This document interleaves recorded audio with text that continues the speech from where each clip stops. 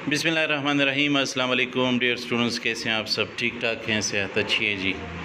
आज एक नए वीडियो लेक्चर के साथ मैं आपकी खिदमत में हाज़िर हूँ और इंशाल्लाह इस वीडियो लेक्चर में हम बात करेंगे थ्योरी जी के बारे में।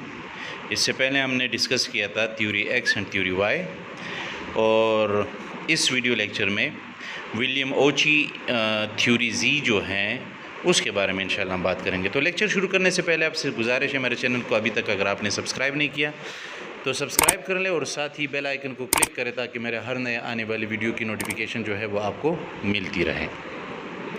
तो शुरू करते हैं जी। विलियम ओचीज़ जो है ये जैपनीज़ था और इसने थ्योरी जी के बारे में कुछ मालूमात इंफॉर्मेशन जो हैं वो हमें दी हैं, और थ्योरी जी को हम जैपनीज़ मैनेजमेंट प्रैक्टिस का नाम भी देते हैं। तो इसके जो बुनियादी बातें हैं उनमें से पहला ये है कि developed by Japanese management adopted Americans. तो ये विलियम ओची जो है इसने तकरीबन जैपनीज़ कल्चर को और अमेरिकन कल्चर दोनों को स्टडी करके, ऑब्ज़र्व करके एक नई जो एजम्पशंस हैं, प्रिंसिपल्स जो हैं वो मालूम की हैं। तो इन्होंने यानी जैपनीज़ कल्चर और अमेरिकन कल्चर से कुछ लर्निंग करने के बाद ऑर्गेनाइजेशंस में कुछ पॉजिटिव चेंजेस लाने के लिए हमें कुछ बुनियादी उसूल जो हैं वो दी हैं। Developed by doctor William Ouchi is not for analytical but for promotional purpose.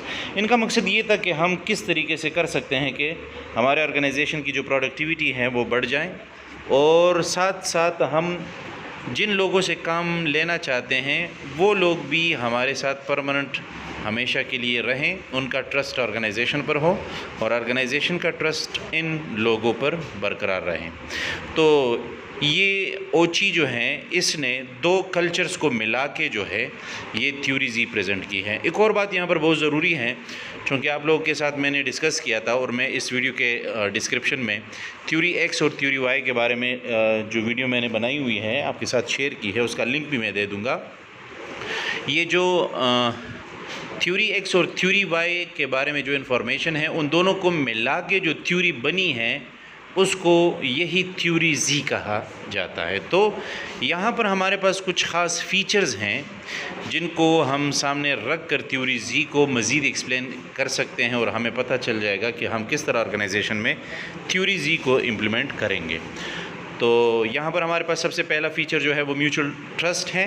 यानी ओची कहता है जी कि ऑर्गेनाइजेशन का ट्रस्ट वो एम्प्लॉइज़ पर होना चाहिए और एम्प्लॉइज़ का ट्रस्ट जो है वो ऑर्गेनाइजेशन पर होना चाहिए।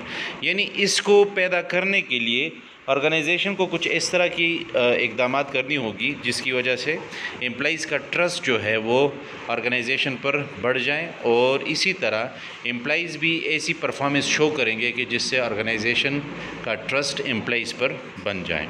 दूसरा जो है वो strong bond between the company and employees हैं।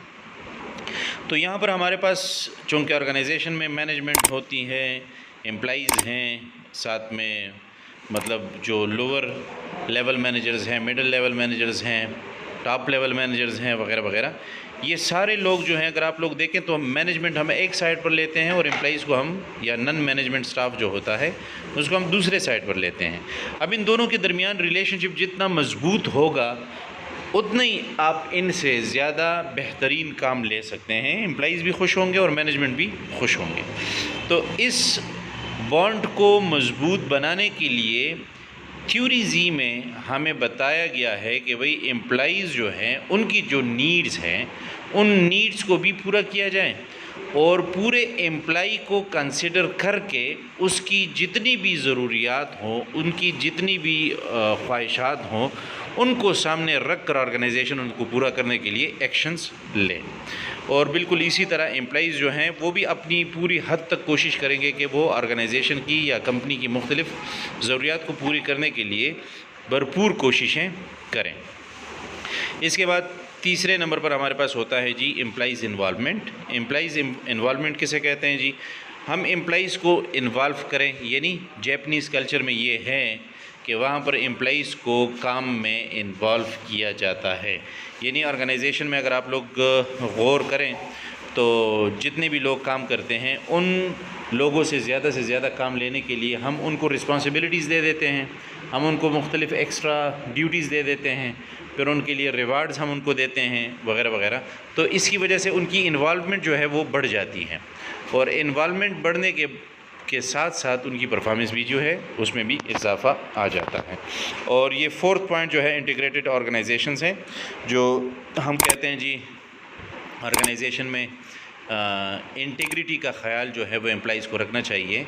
एम्प्लॉइज़ जो हैं वो ऑर्गेनाइजेशन की इंटीग्रिटी का ख्याल रखें, ऑर्गेनाइजेशन के साथ सिंसियर रहें, ऑनेस्ट रहें, तो ये ऑर्गेनाइजेशन भी सक्सेसफुल होगा। और जब ऑर्गेनाइजेशन सक्सेसफुल होगा तो लाजमी है कि एम्प्लॉइज़ के लिए ये ऑर्गेनाइजेशन बहुत कुछ फ्यूचर में मुख्तलिफ़ प्लान्स जो हैं इनकी डेवलपमेंट के लिए वो ज़रूर कंसिडर करेगी। नंबर 5 जो है वो ह्यूमन रिसोर्सेज डेवलपमेंट है।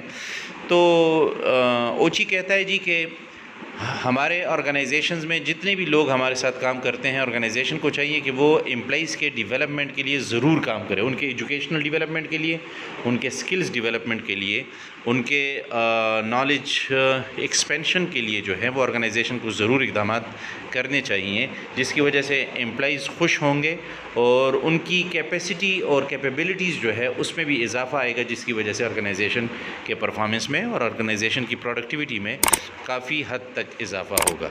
और रोल ऑफ़ लीडर जो है वो पॉजिटिव होना चाहिए। लीडर जो है वो एग्जाम्पलरी हो, लीडर जो है वो पार्टिसिपेटिव लीडर हो, सर्वेंट लीडरशिप का स्टाइल जो है वो इस्तेमाल करना चाहिए ऑर्गेनाइजेशन में, क्योंकि इसकी वजह से एम्प्लॉइज़ का जो है ऑर्गेनाइजेशन पर ट्रस्ट ज़्यादा होता है, और इसकी वजह से वाकई पर एम्प्लॉइज़ जो है वो ब्लाइंड ट्रस्ट करके ऑर्गेनाइजेशन के लिए बहुत सारी कुर्बानियाँ देता है जी।